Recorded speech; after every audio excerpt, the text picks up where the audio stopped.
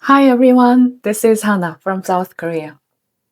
In my 20s, I loved without knowing what love was. I thought sharing everything overflowing, raw emotion was love. So back then, dating was actually easier. For a long time, I repeated a cycle of self destructive relationships in the name of love. I spent most of my life trying to please someone else, expecting, missing the mark, getting disappointed, feeling frustrated. It was an endless journey. My dating history was a series of savior fantasies. I was strangely drawn to people who seemed broken, hurt, and fragile. And I believed that saving them was my role, my proof of love. Under the guise of healing their wounds, I gave everything I had: my time, my money, my emotion, even my soul. I mistook exhausting myself for someone else as a noble love. But hidden behind that, nobility was a twisted desire for control. You can't live without me. And a desire for recognition. Look at how valuable I am for sacrificing this much.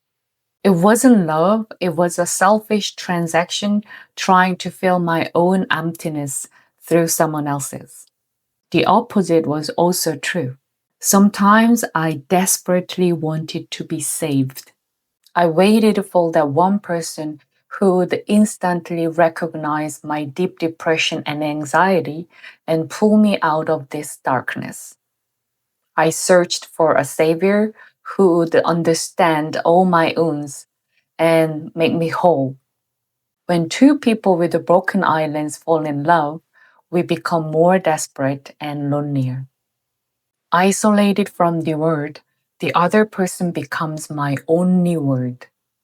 I once wanted to be everything to the person I loved: his mother, his friend, his lover, his savior.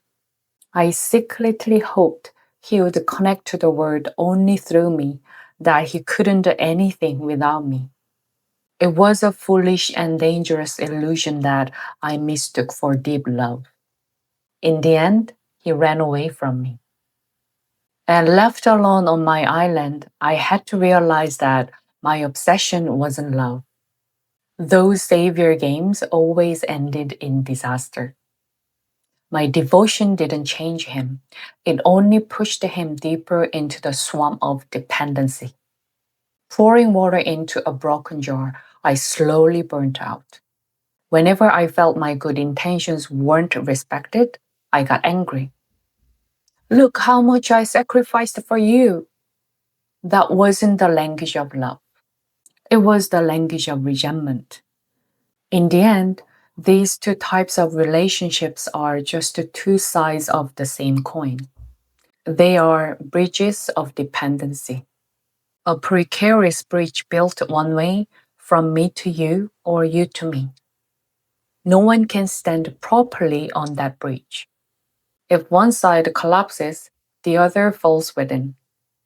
Some people, having no island of their own, trying to steal someone else's or just to live on it as a guest.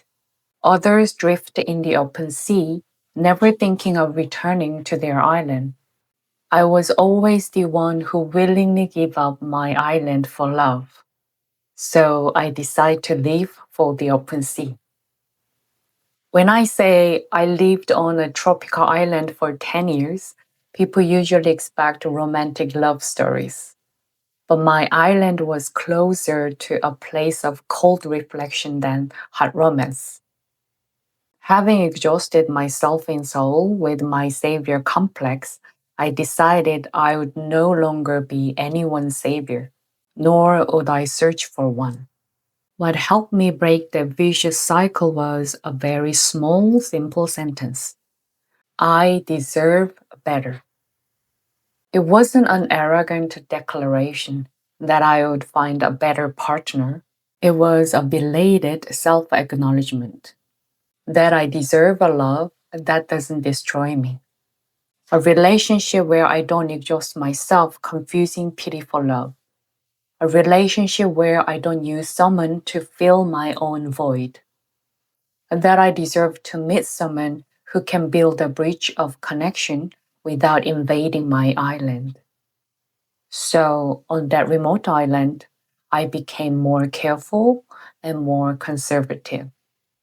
I watched the people for a longer time because I wanted a more mature adult relationship. As a result, I might have become lonelier. But at least I didn't lose myself anymore. I also broke the bad habit of blaming and hating myself whenever a relationship ended. Love on a remote island came to me with a different face. It wasn't just romantic feelings between a man and a woman. It was the deep friendship with colleagues I worked and died with, sharing life and death moments. It was the communion with the vast ocean that embraces me unconditionally. And through all those relationships, it was the kindness towards myself, finally cherishing and loving me just as I am. In that way, the meaning of love in my life became deeper and wider. So, how should we relate again? How should we love each other and connect with the world? Is it possible for wounded souls to move towards land together instead of dragging each other into the deep sea?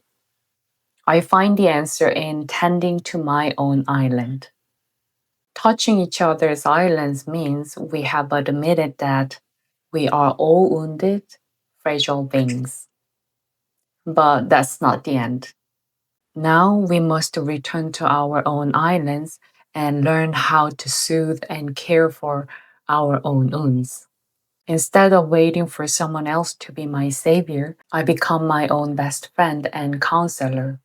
When I started tending to my own island, which I had neglected for so long, I finally made friends with the solitude I had only tried to shake off.